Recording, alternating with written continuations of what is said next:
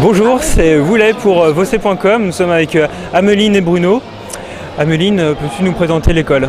Alors, l'Institut international du multimédia, donc, qui forme des chefs de projet en 5 ans avec une année préparatoire. L'année préparatoire, en fait, on recrute à partir du niveau bac, tout bac. Durant les 3 premières années du cursus, c'est vraiment un apprentissage technique où on va toucher à toutes les techniques du multimédia. On a 3 grands axes d'apprentissage. Donc on a le côté informatique jeux vidéo, donc avec de la programmation. On a un côté communication graphique, tous les aspects 2D. Et puis le 3e axe, la 3D. Voilà, donc à partir de la première année, on choisit une de ces options, on se spécifie dans une de ces techniques multimédia.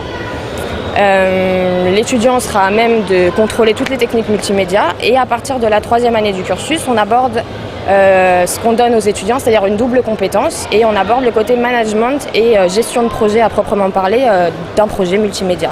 Donc on oublie vraiment le côté technique et les étudiants abordent la gestion d'équipe, les contraintes budgétaires, contraintes de temps avec un client et une équipe à gérer. Voilà. Des exemples de débouchés après l'école ? De débouchés, vous avez...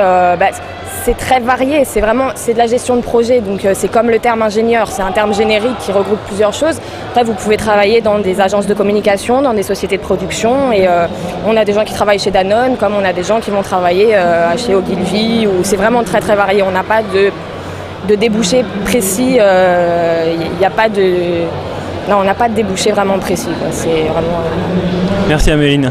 Bruno, penses-tu que le fait de jouer aux jeux vidéo peut donner des envies de création dans le multimédia ? Oui, bon, je pense que si on joue à un jeu vidéo, c'est que l'aspect ludique déjà nous plaît.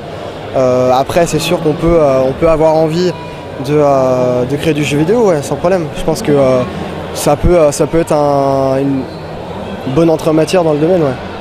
Ouais. Y a-t-il beaucoup de joueurs dans ta promo ? Alors, on ne va pas dire non.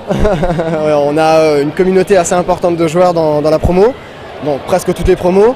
Ça dépend des options en fait. En communication graphique, vous aurez moins de joueurs qu'en 3D par exemple. On revient sur la question d'avant en fait, sur plus de joueurs en 3D, moins comme grave, ils sont plus artistiques en fait. On recrute aussi les étudiants selon une sensibilité multimédia. Donc c'est-à-dire qu'on ne va pas travailler dans le secteur du jeu vidéo si on n'est pas passionné de jeu vidéo à la base. Voilà déjà. Bruno, Ameline, merci beaucoup.